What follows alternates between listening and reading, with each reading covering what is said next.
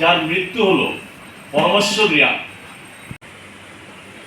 ওই সমস্ত এলাকাতে বিশেষ করে বিশকাট, তারপরে এখানে ওই 33 কেবি যে এলাকা বলে, দুর্গাপুণ্যে বলে এটাকে, হ্যাঁ 33 কেবি এলাকা, আর ওইসব জায়গাতে নিরাপত্তা ক্যাম্প, এগুলো আগে ওই সমস্ত এলাকাতে সন্ত্রাসবাদী কার্যকলাপ যখন ছিল তখন এই এসপিইউ ক্যাম্প বসানো ছিল।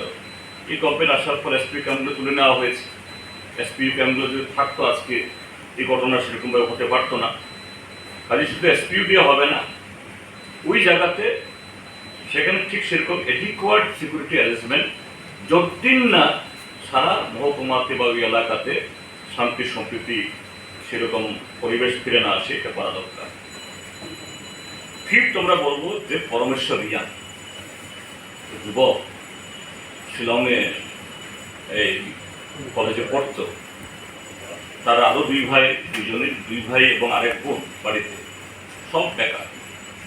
আমরা বলবো তার পরিবারে এরকম অতীতেও যখন সাম্প্রদায়িক এরকম হানাহানি বা ইয়েতে যারা হয়েছে, একটা জবের ব্যবস্থা হতো, এটা যেন ব্যবস্থা করা হয়। 6th হলো পিস ইনিশিয়েটিভ।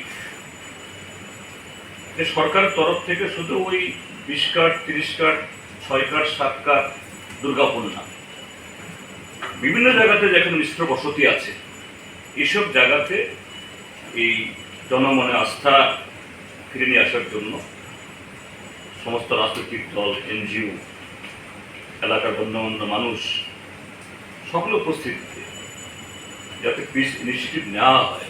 অতীতেও 80-র দাঙ্গা, তার পরবর্তী সময়েতে এনএলএফটি, টাইগার ফোর্সের তাদের যে এই হামলাতে বহুবার এই গন্ডাছড়া, রৈশাবাড়ি, শর্মা এসব এলাকাতে সম্প্রীতি নষ্ট করার চেষ্টা হয়েছিল।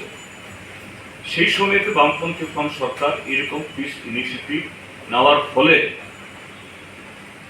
উগ্রবাদী কার্যকলাপে কিছু লোক ক্ষতিগ্রস্ত, প্রাণহানি হয়নি তা বলছি না আমরা, কিন্তু এরকম ব্যাপক হতে পারেনি কখনো। এবং তারা বলছিলেন গত